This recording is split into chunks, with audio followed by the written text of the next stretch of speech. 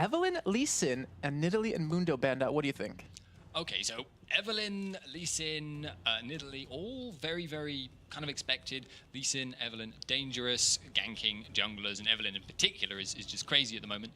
The interesting one is Mundo, and he is a character who at the moment seems to have been kind of propelled into viability literally by one mastery. And it is the Perseverance mastery in the defensive tree, which I think someone worked out if you are using it like optimally, which is sort of impossible because it's based on your missing health. You get something like a couple of 1,000 gold value out of just like 3 or 4 points, and it's just mental amounts of sustain, which on Mundo jungle is incredibly useful because obviously he drops himself down with his health costs. Yeah, we've seen him actually ban down Oignon as well over yesterday. If you guys were checking out any of those matches with K2 Bullets. And also, I know Naruto plays him quite a bit too. I know he's been practicing it quite a bit. I've been talking to him between until Extreme Masters Clone until now, and it's one of his couple of champions he plays extremely well with. But with the final bans are coming in, Annie at least taken away, and we already have a couple picks coming in. We see Shyvana picked up for TCM. She was left open. And of course, Renekton and Grog is picked up for STO side. Yeah, I think we can be fairly, but all the teams right now are taking up the safe champions. But here it is, Kassadin once again. And that is, I've got to say, TCM seem to have gotten the better of the picks thus far, just based because Kassadin versus Gragas is a very, well, okay, it's not a very easy matchup. It's a good matchup for Kassadin because it's less easy for a melee champion to bully him out with auto attacks. That means you need to get a lot of very powerful picks in order to make it worthwhile letting that Kassadin set through. But Shyvana and Kaylin are both extremely powerful champions as well. So TCM thus far have managed to get 2 very powerful picks, as well as the Kassadin in a good matchup, which just seems crazy, but could be. So it's Spontex. It wouldn't surprise me if it was him. We are in Tournament Realm, so it's not a placeholder of any sort, but we see the Soraka picked up, we see Lucian picked up. Mana Fountain. You just sit there and you use all the abilities all the time, and that in a lane situation, especially actually if you go for a 2v1 swap up, means you can push so unbelievably hard, especially on Lucian because he just spams the piercing light, creep waves just melt away like they aren't even there, and Soraka is underestimated as a late game support. Simply the ability to put that much armor on someone, whoever it may be, as the situation demands, is just incredibly powerful if you're diving in against an enemy team. One thing I would like to note, though, is that we are seeing a lot of team compositions with a lot of magic damage, and I think that's due mostly to the support changes, making those AP mage supports more viable, seeing them a lot more overall comp changes. Yeah, not to mention Soraka's kit was changed around a little bit too, where she doesn't give as much armor right away, but with the ability power you get, which we see the supports, picking up, as you said before, it kind of, picks up with that. But also the change to her heal, where it's more about Soraka get in the middle of the fight, start spamming your star call so your heal's up more often and over again. So her kit, I definitely want to see how STO uses it, because it's such a cool change, and I like to see champions like swapped up like that when you never see them in competitive play. Yeah, I mean, we haven't seen Soraka for ages, and another sort of more subtle thing to note is just that Soraka's base stats, her health, her armor, were all buffed significantly, and that makes a much bigger difference than people kind of realize, because you very rarely get a chance to compare between 2 different champions with different base stats, because they all also have a different kit, so it kind of masks the effect. Playing it before and after the patch is very, very different. And also one other thing to note here. Okay, so Naruto loves his Volibear jungle. That's really, really strong on him. He's a very health-based jungler. He doesn't tend to build as many resistances. He will build resistances. But then you get the Soraka heal because he can dive in first, or Renekton can do much the same thing.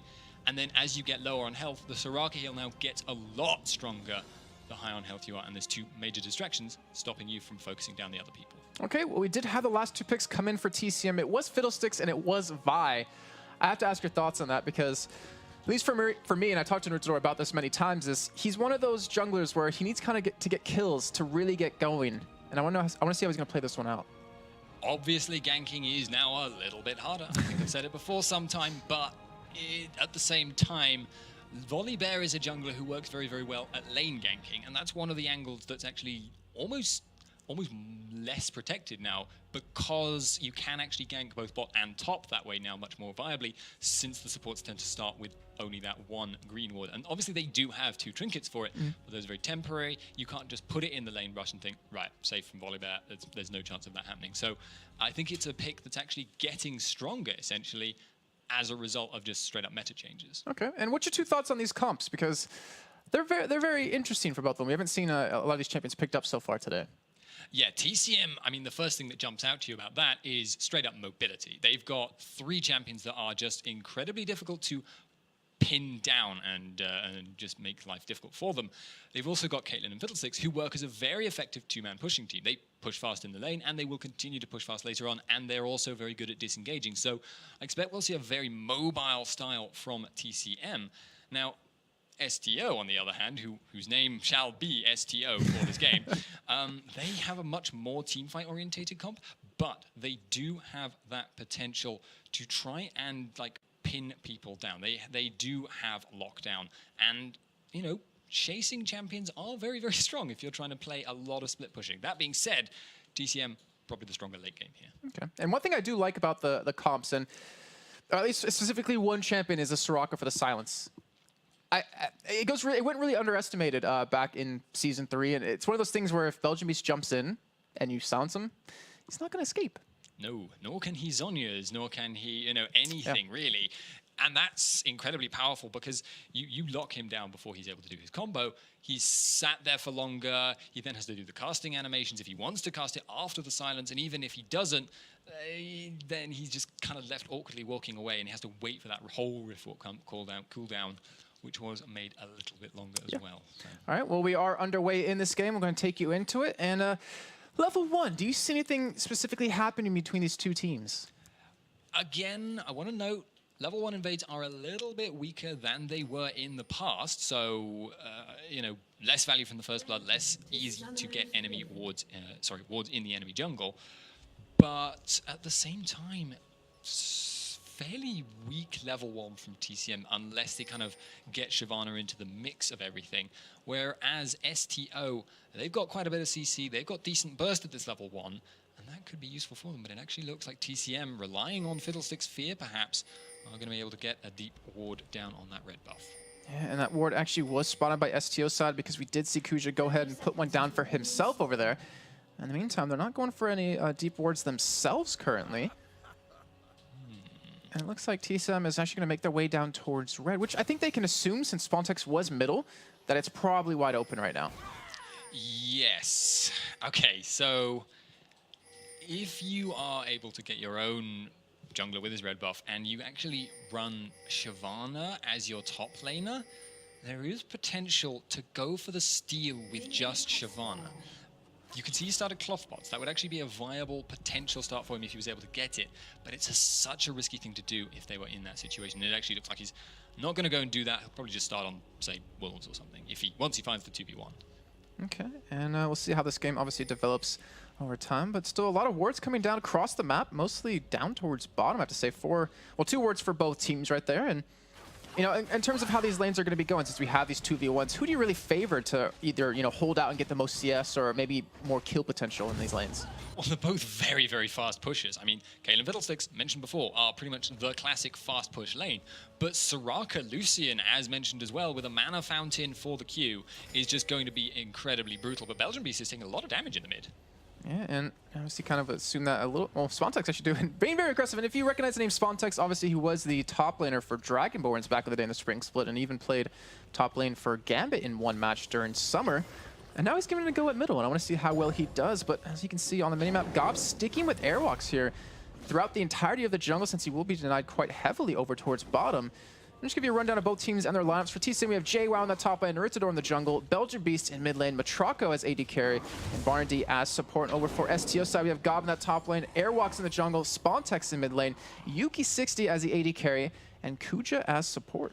Now, because TCM wasn't ready for this 2v1 lane, you can actually say Shyvana has kind of been zoned out and hasn't been able to take the Wolf Camp, hasn't been able to just go and get some extra experience. So that's going to put him a little bit behind in that lane. He does, however, have better wave clear than Renekton. So assuming he's able to get in on the creeps, he will be able to clear them away and hold on to his tower a little better. But without that extra experience, there is actually a lot of potential for him to get poked out very early on. But he's actually stayed in XP range, so cancel that. Been working out for him, and Naritador, instead of actually going towards top, he's going to use the lens on this bush to see if he is spotted. Looking for a gank on the middle onto Spontex here.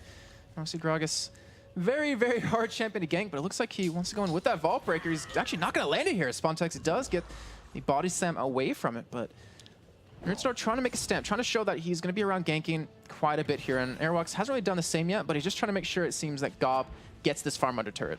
Yeah, they're just trying to make sure they don't lose this turret race, because whoever loses the turret race starts to fall behind in map rotations, and that gets really awkward for you if you're trying to then play this kind of aggressive style that TCM are likely to be wanting to, and much the same actually from their opponents. So it's probably going to be quite a passive laning phase, because at the moment it doesn't look like STO have the potential to gank in the bottom lane, or at least go for the kill in that bottom lane.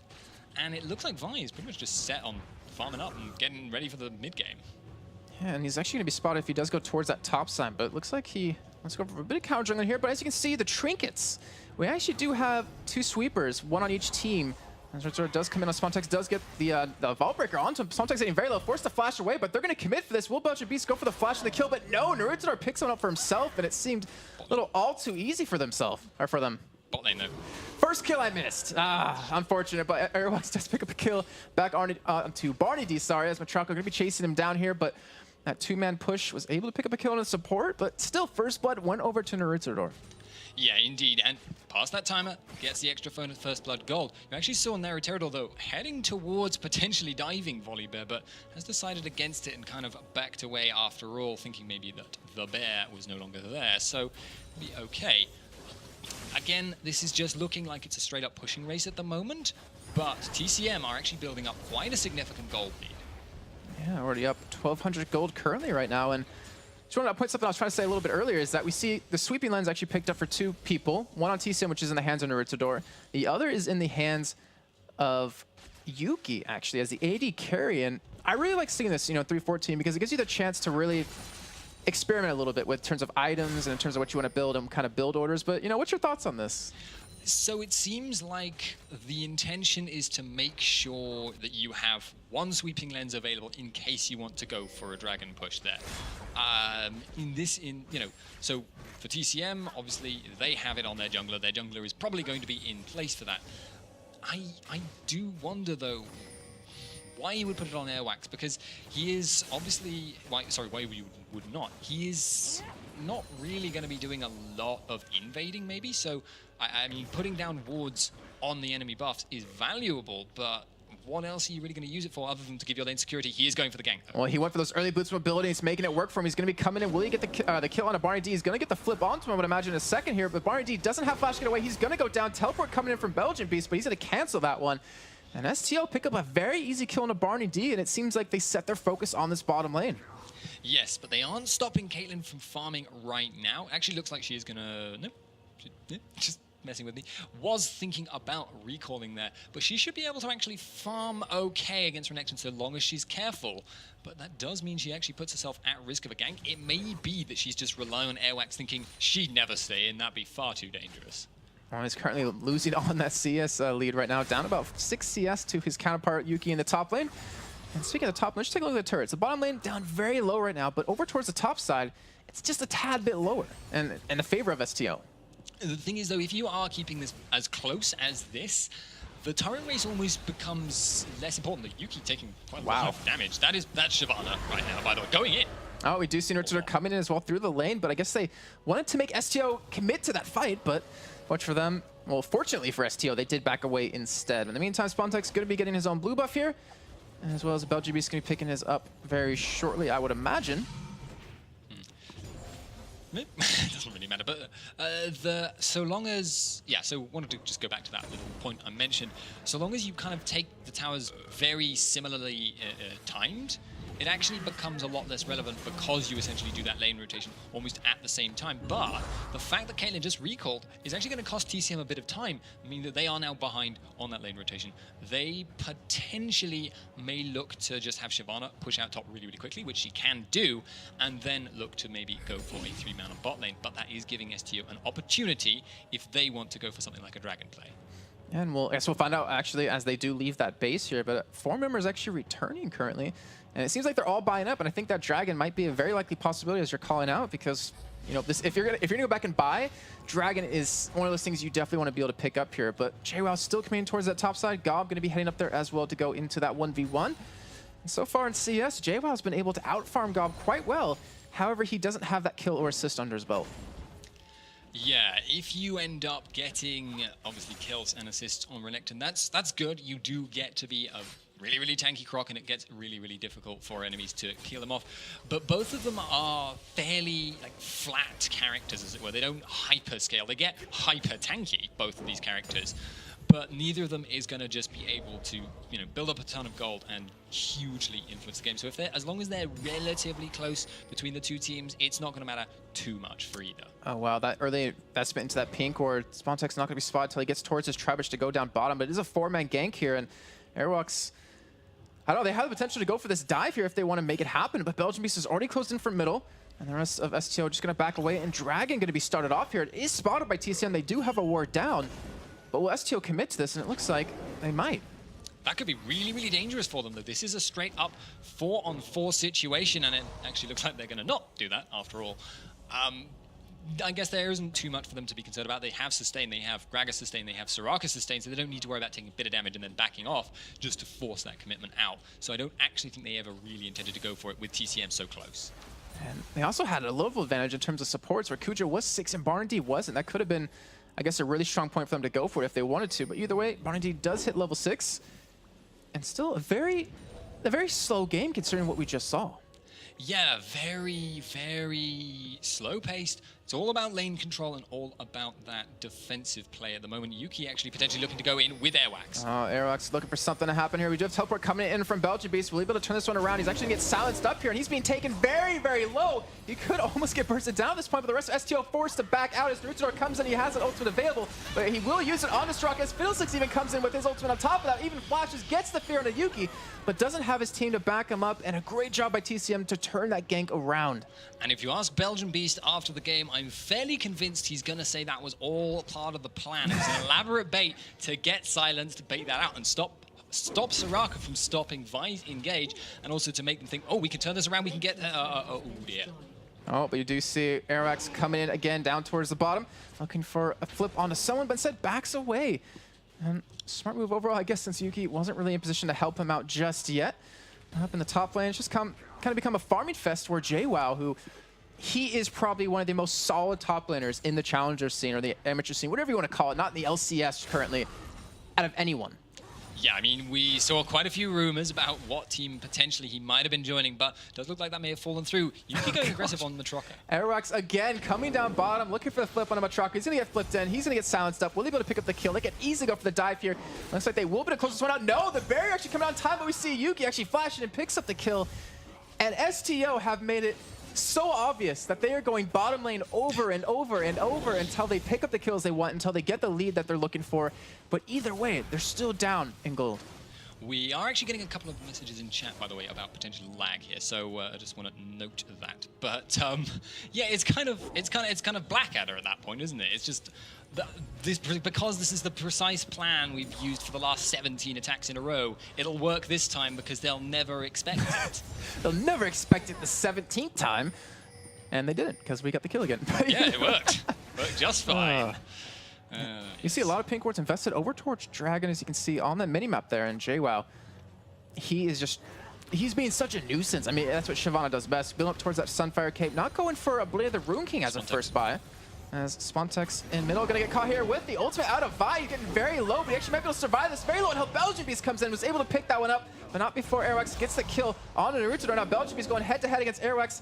He's actually not gonna have his actually did have his frenzy up, but he wasn't fair in his chance as well against Belgian Beast, who did get dropped very, very low here.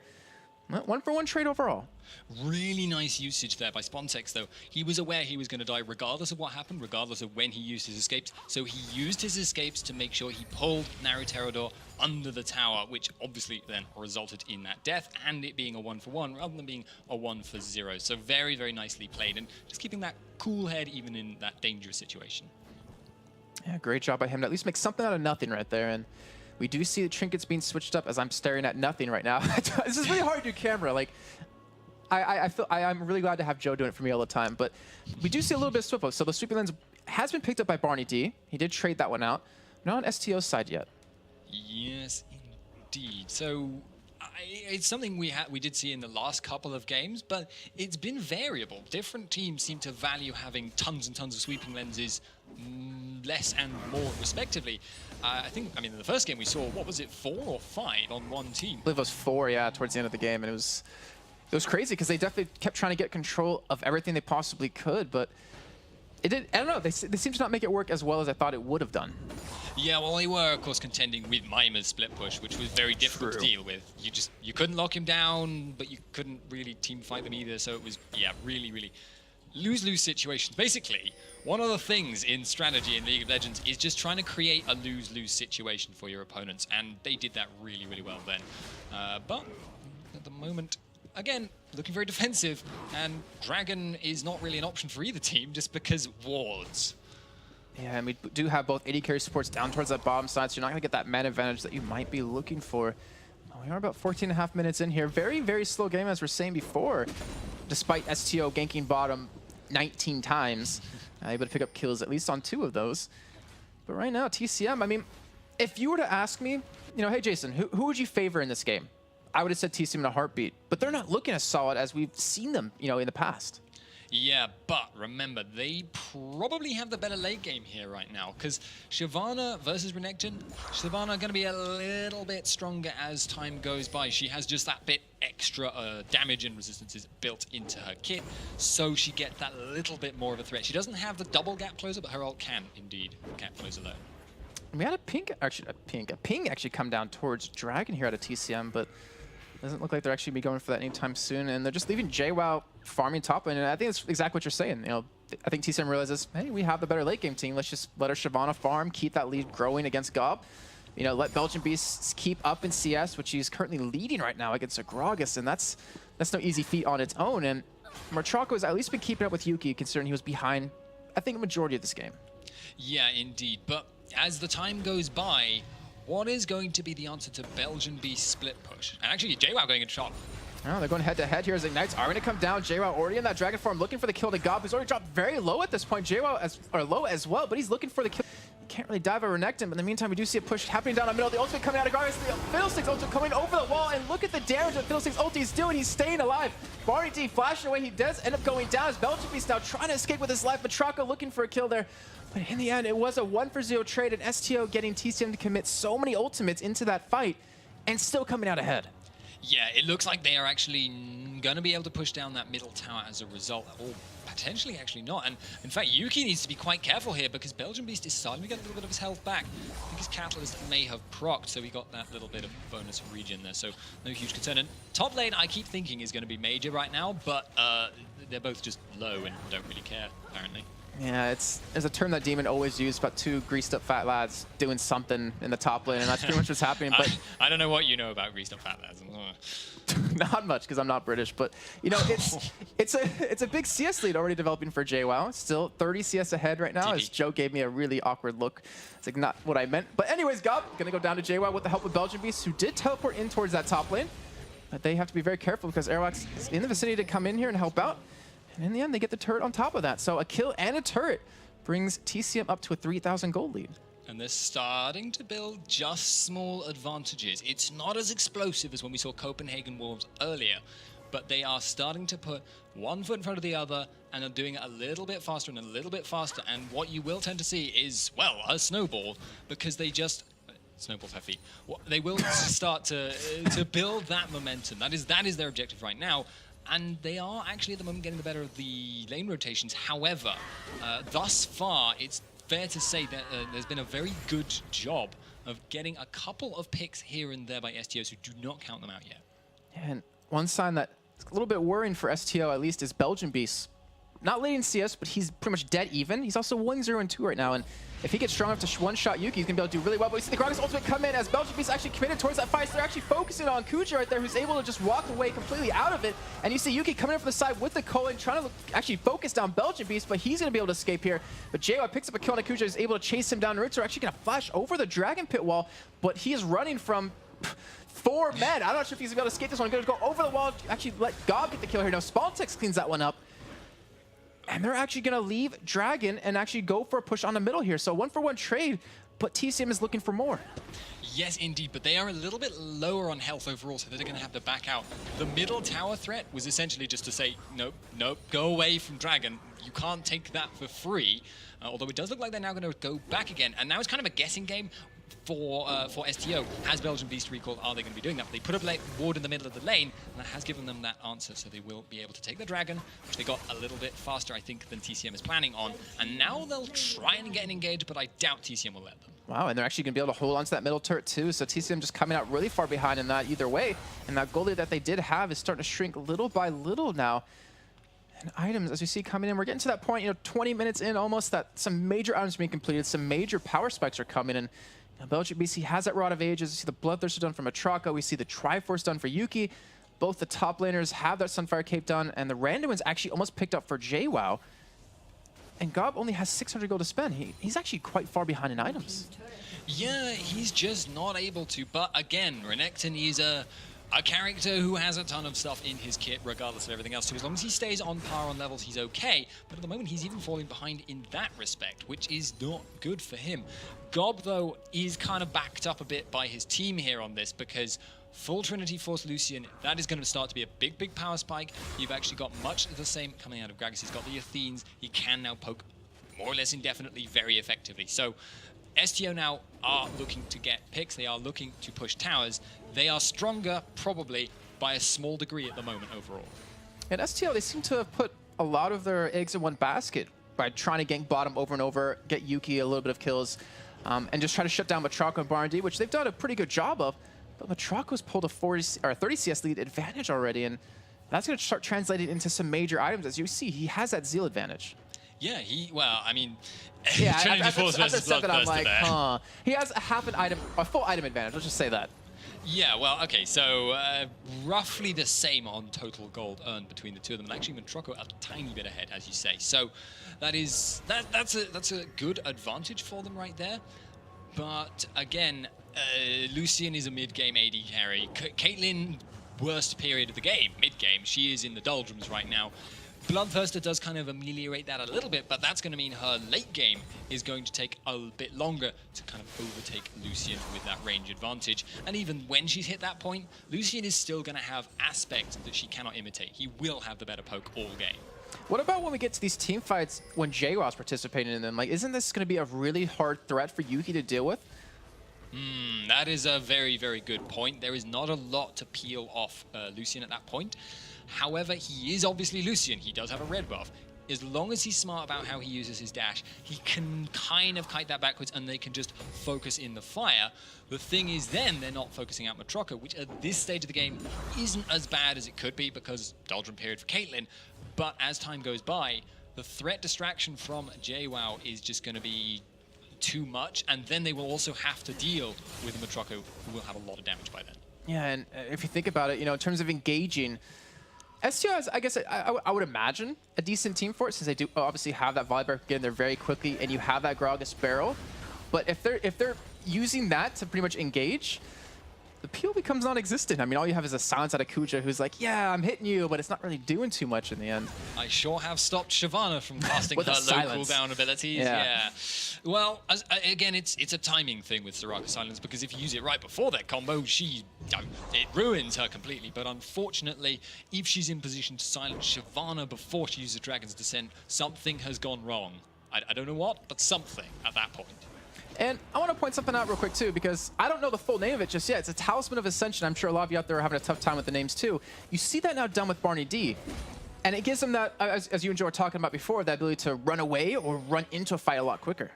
And that's very, very valuable if you have a Shyvana on your team, especially because her sole sort of method of sticking to people, she can jump in initially, but when she sticks to people, she's literally just running fast at them. That obviously helps a lot if you have extra movement speed on top of that.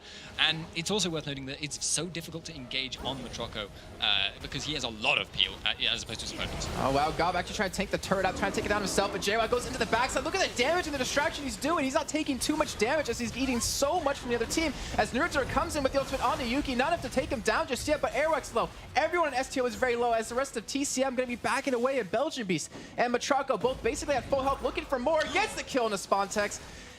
And that is a 1-for-0 trade, but a lot of damage going down, and JWoww kind of made his presence known where he forced 3 to 4 members of TCM to back off. Yeah, and imagine that situation if we hit that late game period. Once Caitlyn's hit 3 items, she was auto-attacking that whole time, barely attacked in that entire fight, and was able to do quite a bit of damage, but not enough to really start chunking people down.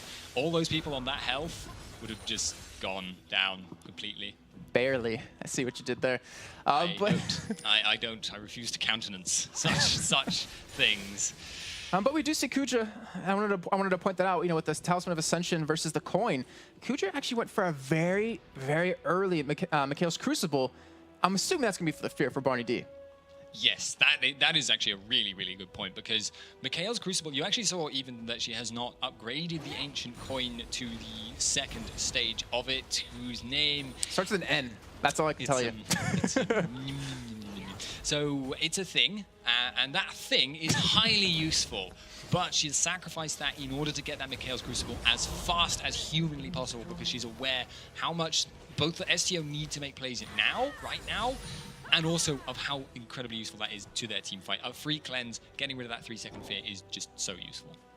And right now, STO, they're kind of setting up towards Dragon. 8 seconds left. They were able to get it last time here, as I don't know why I hit that button, but they were able to get it last time. And they're looking for it a second time here. TCM was finally able to get that middle turret down, but now, with a lot of flashes being down on both sides, but all ultimates being up, STO is going straight for this Dragon, but TCM, they're not going to let this happen. Are they going to engage on it, though? It's a really difficult thing, because at this stage of the game, they will clear Dragon very, very quickly indeed. Both teams will, in fact. But TCM have a lot of potential to just pick off someone like Soraka. And if they can get the right dive with Shyvana, they could make it work, but...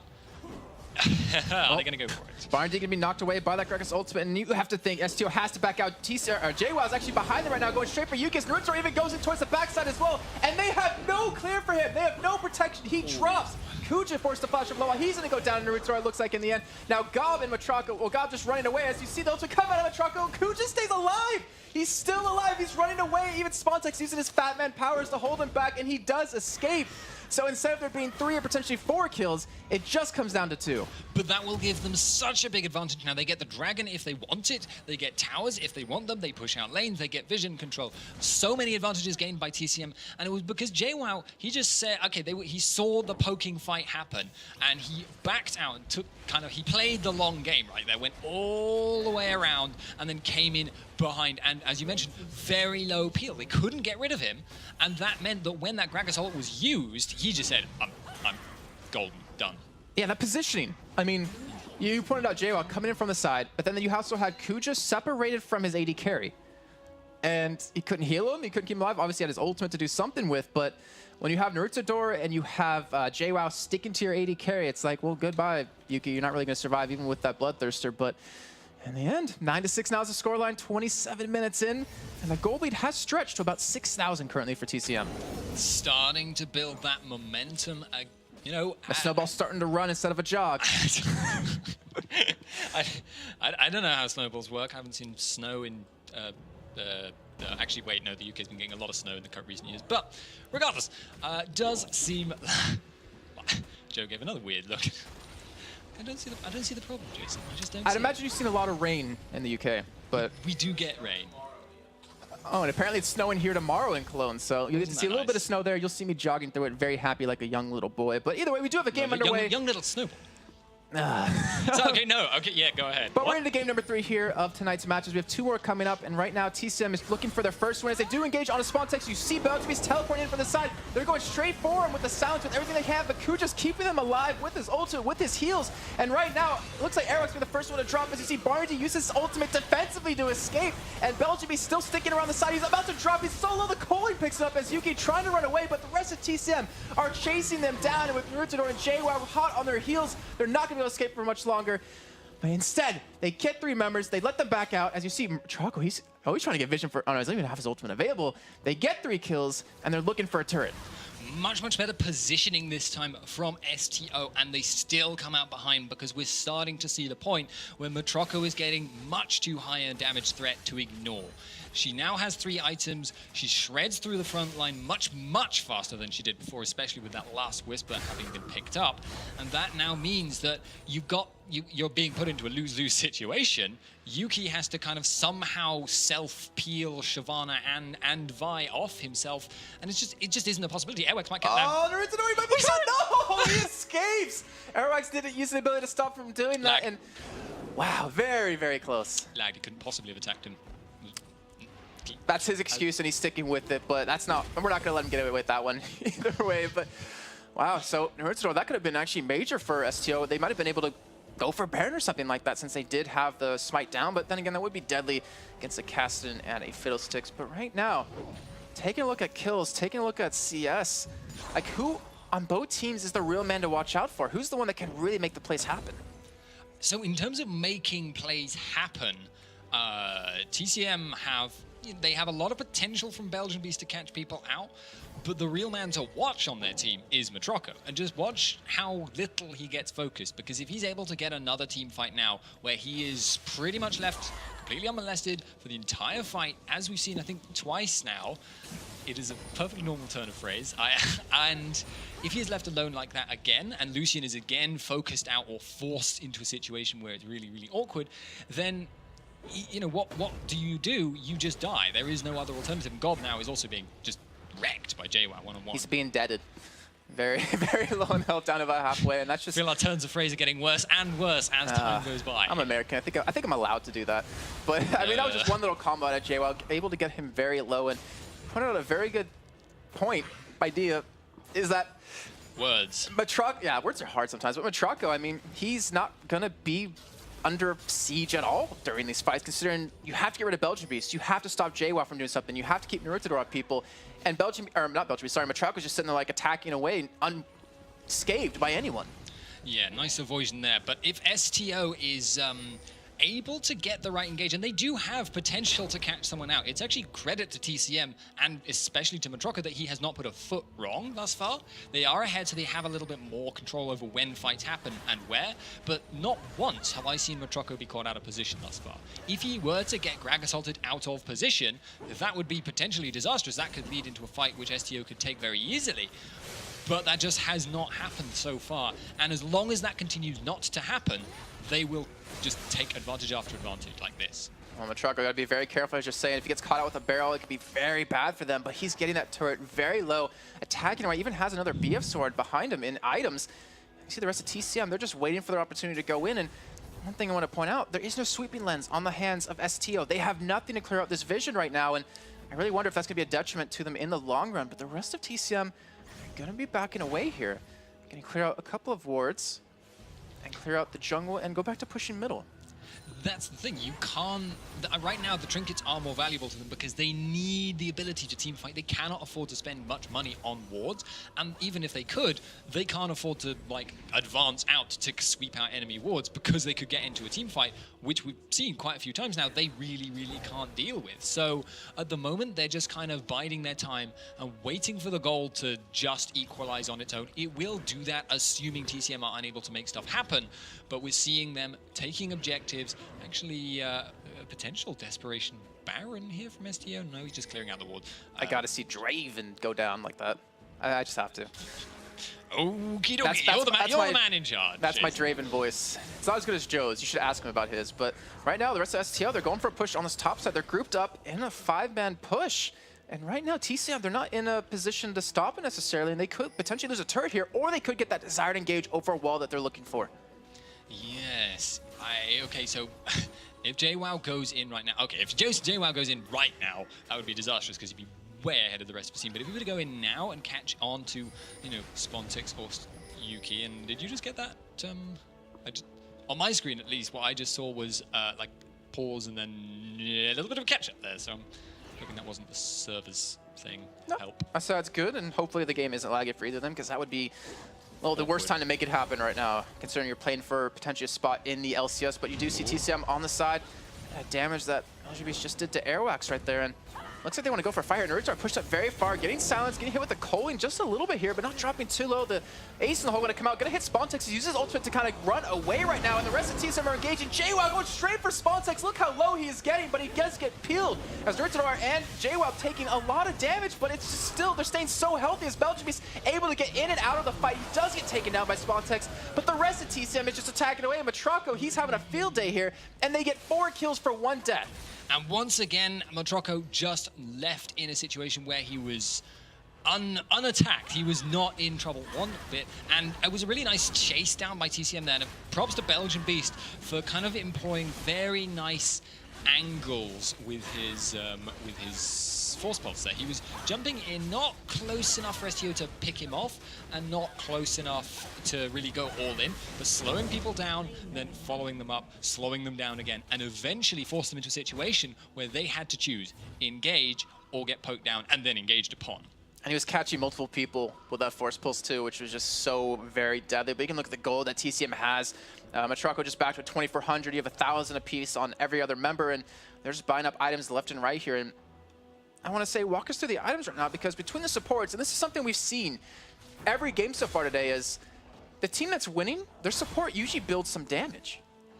Yeah, it's one of those things, isn't it? When you're ahead, you can afford to start building a lot of damage. When you're behind, maybe your team is really desperately in need of an Aegis of the Legion, which I believe is what Soraka is now going for.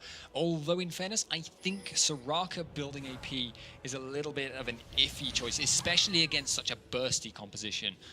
If she's anywhere near the front line, she's liable to just straight up die, and then she won't be able to have that influence of saving people at the last second, which she actually has been doing quite well in the last fight. She also exhausted in the last fight Belgian Beast just as he was going in for the kill on Spontex, which screwed him up, but didn't do enough to change the course of the fight overall.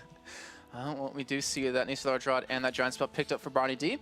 So going a little bit of split items here, but TCM realizing that STO is in a bad position, going straight for this turret. They do have that Baron buff. You see JWoww getting flinged in as Arrow Axe actually popping his ultimate here, but that's not going to be enough to deter TCM from taking that turret down. And it looks like they want to go for, I don't know, maybe push a little bit more. They still have the Baron buff. They have a 5-3 turret lead. They have a major gold advantage. And it's kind of TCM's game to lose currently. Yeah, they are a long, long way ahead. And you saw it there. I mean, JWoww took probably less damage from essentially tower diving for a very short time, Airwax there, than Airwax did. I mean, Burnout was almost doing more damage than the tower. That's a bad situation to be in, as situations go. So I'm actually a little bit surprised they're playing quite defensively at the moment. TCM not going for this just straight siege. It looks like they're a little bit afraid of the displacement from STO, just in case. And Belgian Beast, he's going for a little bit of split pushing here. Remember, he does have that teleport. And with the 314 changes, having wards pretty much on everyone just in a split second, he can get into the fight very quickly. He can also escape very easily too on top of that. So as you can see, the rest of the team going to be backing him up here.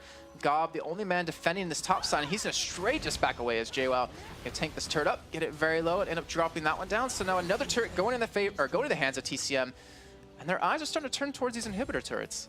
Yeah, not a lot you can do in this situation against this, because engage and die, or potentially catch Belgian Beast. Oh, Belgian Beast to get fleeing back in. The ultimate coming out of Grog. It's the silence and the stun. It wasn't enough to pick him off, though. And Rutador just too damn deep. Gets caught. Still very healthy, though, as he does finally drop. And now Gob, he's going to be the man to go down. And you see a 1-for-1 or 1-for-2 trade so far, as Matraco not being touched, just attacking away again and again, picking up the kills left and right.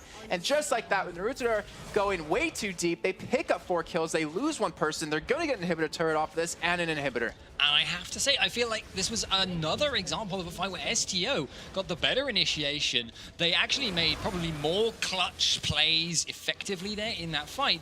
And yet, in spite of that, they are the ones who are being beaten back to their Nexus now. And they're going to go for the win here. Kuja, look how low he gets just off of 1 combo of Belgian Beast. And in that last fight alone, Belgian Beast, he almost did go down as, well, Kuja just going to die either way. But TCM looks like they're going to close this one out in 37.5 minutes, 21-10 in kills, 70.5 thousand gold to the 50.7 of STO.